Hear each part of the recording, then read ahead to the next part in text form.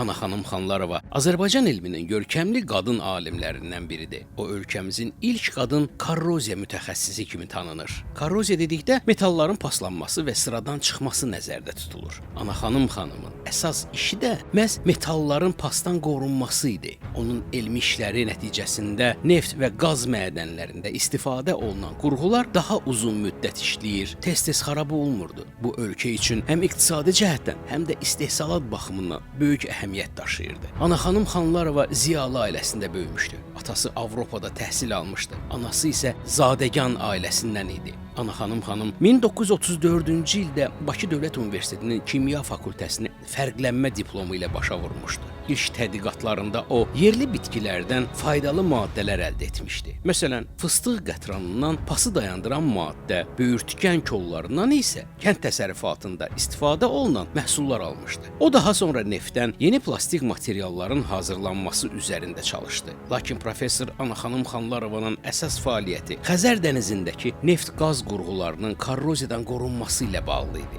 Dənizdə qurğular çox tez sıradan çıxırdı. Ana xanım isə onların qorumağın yeni yollarını tapdı. Bununla da o təkcə Azərbaycanda yox, bütün Sovet İttifaqında həmin sahədə tanınmış alimə çevrildi. Ana xanım Xanlarova texnika elmləri doktoru adını alan ilk qadın alimlərdən biri idi. Professor Ana xanım Xanlarovanın 300-dən çox elmi məqaləsi və 75 ixtirası olub. Alimin yazdığı kitablar bu gün də mütəxəssislər üçün dəyərli mənbə hesab olunur.